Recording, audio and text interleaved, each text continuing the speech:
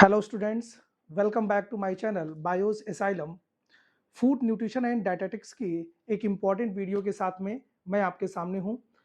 आज हम लोग पढ़ेंगे फूड न्यूट्रिशन एंड डायटेटिक्स की जो फर्स्ट पार्ट था एम्प्लॉयबिलिटी स्किल। उसमें एक स्किल हम लोगों को स्टडी करनी है और उसका नाम है communication skill. Communication skill important है, समझते हैं इसको। कम्युनिकेशन स्किल में बेसिकली दो बातों का ध्यान रखना होता है। एक स्पीकर है जो अपनी बातों को कह रहा है और लिसनर है जो उनकी बातों को सुन रहा है। तो स्पीकर और लिसनर के बीच का जो कम्युनिकेशन है, जो उनके बीच का जो संबंध है, इसी को हम लोग नाम देते हैं कम्युनिकेशन स्किल नाम दिया जाता है। एक स्पीकर जो अपनी बातें कह रहा है और जो लिसनर है जिसको एक्टिव लिसनर नाम देते हैं, वो उनकी बातों को समझकर और सबसे लास्ट में रिस्पॉन्स करता है। तो इन दोनों का जो कॉम्बिनेशन है, ये कम्युनिकेशन स्किल का पार्ट है। Communication is the more than just exchanging words, it is about building understanding. It involves speaking, इसमें बोलना, लिसनिंग सुनना, reading, writing and even non verbal cues like gesture. मतलब जैसे कोई आपकी पोजीशन है, फेशियल एक्सप्रेशन है, जो अपने फेस को इंडिकेशन है, वो आपका गेस्चर वाली एक्सप्रेशन एंड पोस्चर, उसके बैठने का तरीका, ये इन तीनों बातों को भी इन्वॉल्व किया जाता है कम्युनिकेशन स्किल में। अब कम्युनिकेशन स्किल में these skill shape the way we connect to other, solve problem and work together. जितना अच्छा कम्युनिकेशन होगा स्पीकर और लिसनर के बीच में, वर्क इफिशियंसी उतनी ही अच्छी मानी जाएगी। आपसी समझ जितनी अच्छी होगी, किसी कार्य के आगे प्रोग्रेस होने के चांसेस उतने ही बढ़ जाएंगे। अब ये कम्युनिकेशन स्किल किसी किसी के बीच में हो सकता है, एक टीचर का स्टूडेंट के बीच में हो सकता है, पेरेंट्स का उनके बच्चों के बीच में हो सकता है, या फिर किसी पर्सन का एक होल सोसाइटी के सामने वर्क करना या बोलना हो सकता है। तो एक्टिव लिसनिंग और स्पीकिंग ये दोनों एक दूसरे से कनेक्टेड है। एक्टिव लिसनिंग की बात करते हैं।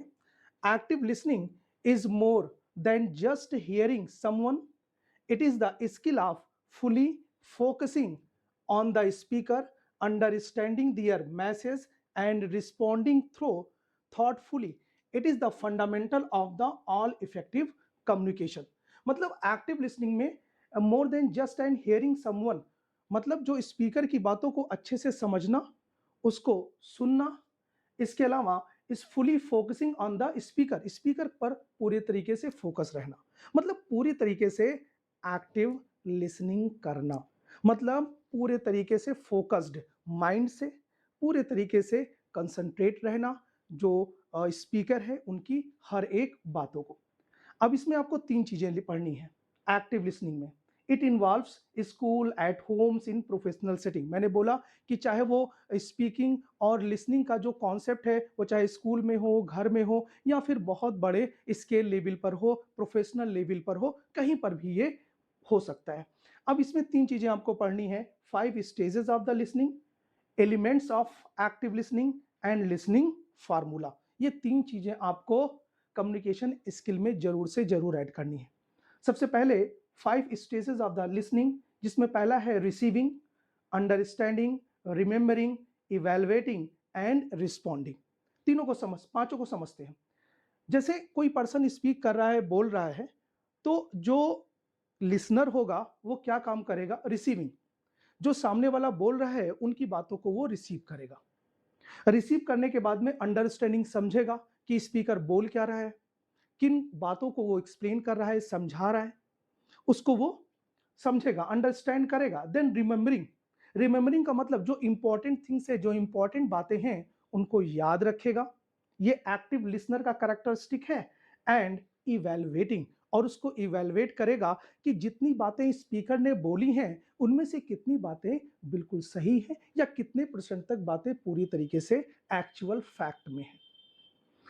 इसके अलावा रिस्पॉन्डिंग, और जब जो स्पीकर है अपनी बातें खत्म कर देगा तो फिर लिसनर का जो वर्क है कि वो रिस्पॉन्ड करेगा, वो क्वेश्चन पूछेगा कि इन बातों में ये क्वेश्चंस हैं, ऐसे इसके ये क्वेश्चंस हैं जो हमें एक्सप्लेन और करने हैं, मतलब इसको हमें समझ में नहीं आया है, इसको आप फिर से एक्सप्लेन करें।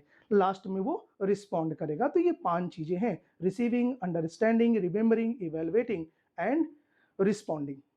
एक्टिव लिसनर को ज़्यादा इंपॉर्टेंस दिया गया है क्योंकि जो लिसनर होगा वही आगे चलकर एक अच्छा स्पीकर बन सकेगा। अब दूसरी बात करते हैं, elements of active listening. Active listening के क्या क्या एलिमेंट्स हैं, क्या क्या चीजें हैं इसमें। आई कांटेक्ट, स्पीकर और लिसनर के बीच में बड़ा इंपॉर्टेंट और अहम रोल है आई कांटेक्ट का। आई कांटेक्ट आपका कॉन्फिडेंस लेवल शो करता है। जो स्पीकर है उसके आई से आपका जो आई कांटेक्ट होना चाहिए, ऐसा नहीं है कि आप सर झुकाकर सामने वाले से बात कर रहे हो, जो स्पीकर है उससे। Eye contact show attention and respect, ये अटेंशन को शो करता है, आपके कॉन्फिडेंस को शो करता है और सामने वाले के थ्रू रिस्पेक्ट को भी शो करता है। गेस्चर, गेस्चर भी इंपॉर्टेंट रोल है। Facial expression and indicates the interest. Facial expression, अब सामने वाला जो कुछ भी बोल रहा है, आपका फेस एक्सप्रेशन ही सब कुछ मैक्सिमम चीजें एक्सप्लेन कर दे रहा है कि आप जो स्पीकर है उसकी बातों को अच्छे से समझ पा रहे हैं या फिर उसकी बातों को अवॉइड कर दे रहे हैं। तो ये है facial expression indicates the interest, मतलब स्पीकर की बातों पर आपका कितना इंटरेस्ट है, ये आता है गेस्चर की पोजीशन में। नेक्स्ट आता है नो डिस्ट्रैक्शन। जब स्पीकर अपनी बातें कह रहा हो तो उस वक्त एक्टिव लिसनर को कोई भी डिस्ट्रैक्शन वाली चीजें नहीं करनी है। जैसे मोबाइल ऑफ होना चाहिए, टीवी अगर जो चल रहा हो सराउंडिंग में तो उसका वॉल्यूम या तो फिर वो बंद हो या तो फिर वॉल्यूम उसका मिनिमाइज हो। इसके अलावा स्टे मेंटली प्रेजेंट, और फिजिकली और मेंटली, फिजिकली तो आप प्रेजेंट ही हैं, मेंटली भी वहीं पर प्रेजेंट होना चाहिए जहां पर स्पीकर अपनी बातें कह रहा है और वो आपको अपनी बातें समझाने का प्रयास कर रहा है। नेक्स्ट है फीडबैक। फीडबैक सबसे लास्ट में, जब स्पीकर अपनी बातें कह लेता है तो फिर जो लिसनर है वो उनसे रिलेटेड क्वेश्चंस पुटअप करता है, पूछ सकता है। गिव सपोर्टिव रिस्पांस, मतलब स्पीकर को एक सपोर्टिव रिस्पांस देना चाहिए कि हाँ आपने जो बातें कही हैं वो बिल्कुल सही हैं या फिर रिस्पेक्टफुल हैं या फिर कैसी होनी चाहिए वो आपको बतानी है। And ask clarify the question, और उनसे एक लिमिट अमाउंट में सपोर्टिव क्वेश्चंस पूछे जा सकते हैं लिसनर के थ्रू स्पीकर से। अब बात करते हैं लिसनिंग फार्मूला।